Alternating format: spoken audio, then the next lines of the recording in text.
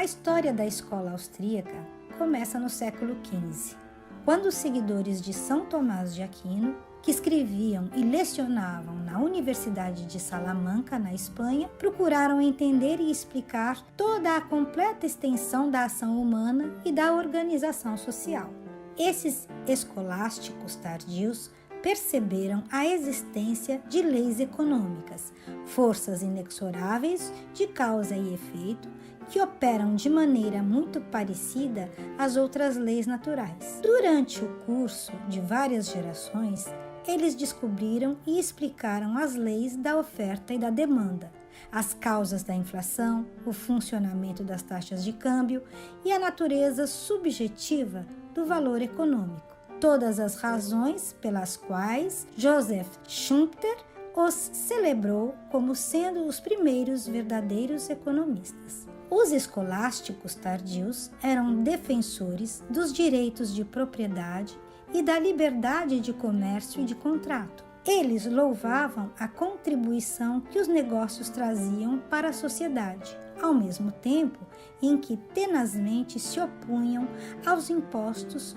controles de preços e regulamentações que inibiam a livre iniciativa. Como teólogos morais, eles incitavam governos a seguirem uma postura ética de condenação ao roubo e ao homicídio. E eles foram fiéis à regra de Ludwig von Mises.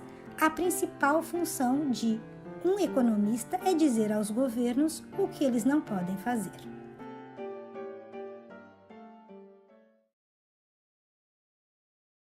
Essa escola de economia é assim denominada pelo fato de seus principais expoentes serem de origem austríaca e terem desenvolvido suas reflexões na cidade de Viena. A obra considerada a inauguradora dessa corrente econômica foi Princípios da Economia Política de Karl Menger e publicado em 1871. Menger foi o responsável pelo desenvolvimento da teoria da utilidade marginal, que expõe o seguinte enunciado: quanto maior o número de unidades de um bem que um indivíduo possui, menor será o valor que lhe dará para cada unidade adicional.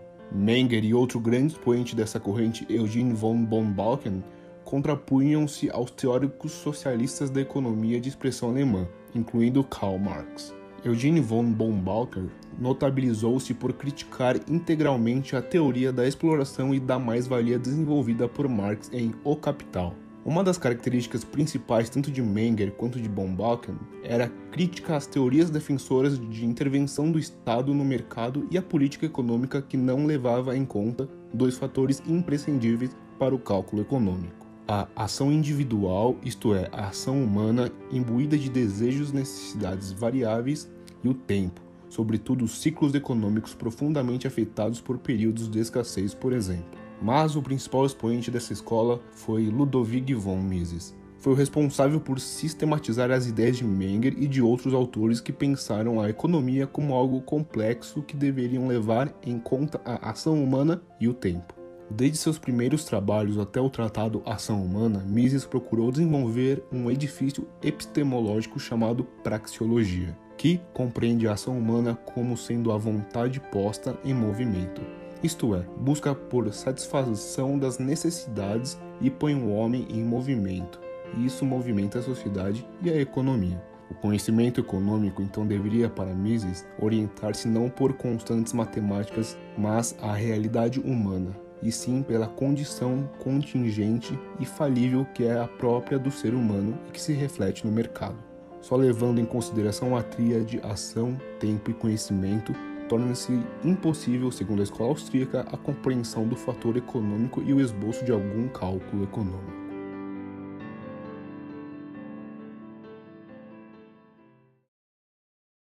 Economistas austríacos mais conhecidos: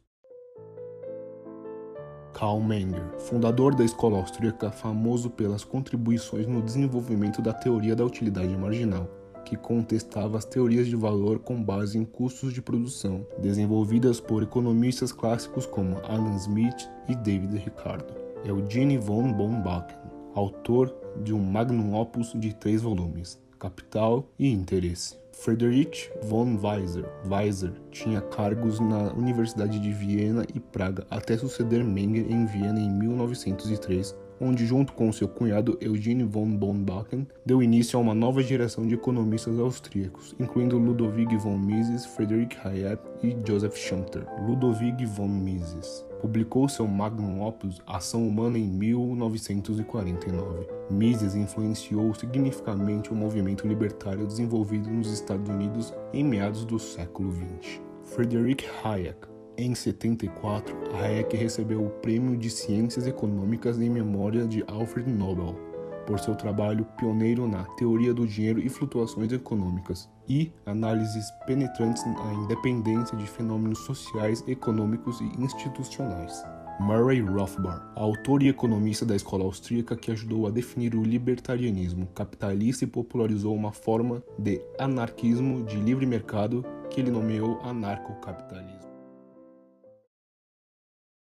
Quais as principais pautas da escola austríaca?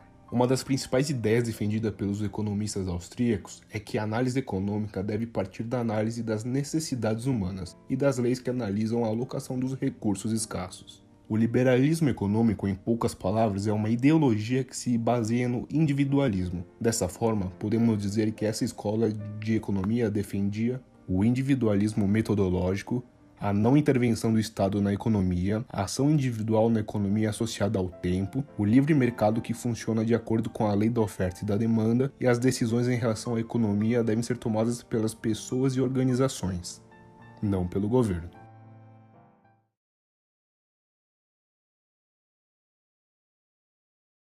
A teoria austríaca do ciclo econômico procura explicar o ciclo econômico através de um conjunto de ideias detidas pela escola austríaca.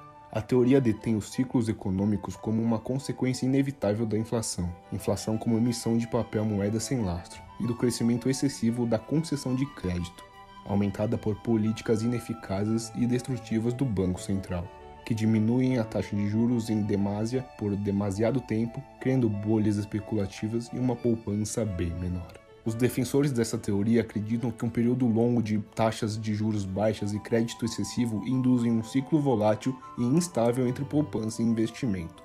De acordo com a teoria, o ciclo econômico desenvolve-se do seguinte modo: taxas de juros baixas estimulam a concessão de crédito, aumentando dessa forma a oferta monetária. A teoria sustenta que este aumento de oferta monetária leva a um período de crescimento insustentável, em que o dinheiro em excesso procura oportunidades de investimento progressivamente menos rentáveis. Apesar de disputado, os proponentes defendem que um boom suportado por uma expansão do crédito leva a uma generalização de mau investimento, como uma alocação de recursos como terra, capital e mão de obra. Em teoria, a seguir ao crescimento insustentável assim que a inflação monetária se reduz ou para, segue-se uma correção apelidada de credit crunch, ou crise creditícia, geralmente conhecida por recessão, em que a oferta monetária contrai-se repentinamente e taxas de juros voltam a subir, fazendo com que os investimentos menos rentáveis feitos no período de boom tornam-se deficitários, os levando a serem liquidados, estimulando os mercados a realocar os recursos que foram mal alocados no período do boom, terra, capital, mão de obra e investimentos, gerando assim um desemprego e uma crise longa. Esses efeitos perturbadores causados pelo crescimento volátil e insustentável do crédito podem ser contraídos ou minguados segundo as proponentes através de uma forte regulamentação do sistema bancário, estritamente execução de uma política sem reservas fracionárias para os bancos e uma moeda lastreada de preferência em ouro, ou mais frequentemente o free banking, sistema bancário totalmente livre. Os pais da teoria austríaca do ciclo econômico historicamente foram Ludwig von Mises e Friedrich Hayek. Hayek ganhou o Prêmio Nobel de Economia em 74, em parte por seu trabalho sobre essa teoria. A explicação austríaca dos ciclos econômicos varia significativamente a partir da compreensão tradicional dos ciclos econômicos e é rejeitada por economistas ortodoxos e keynesianos, mas esse papo é para uma outra hora.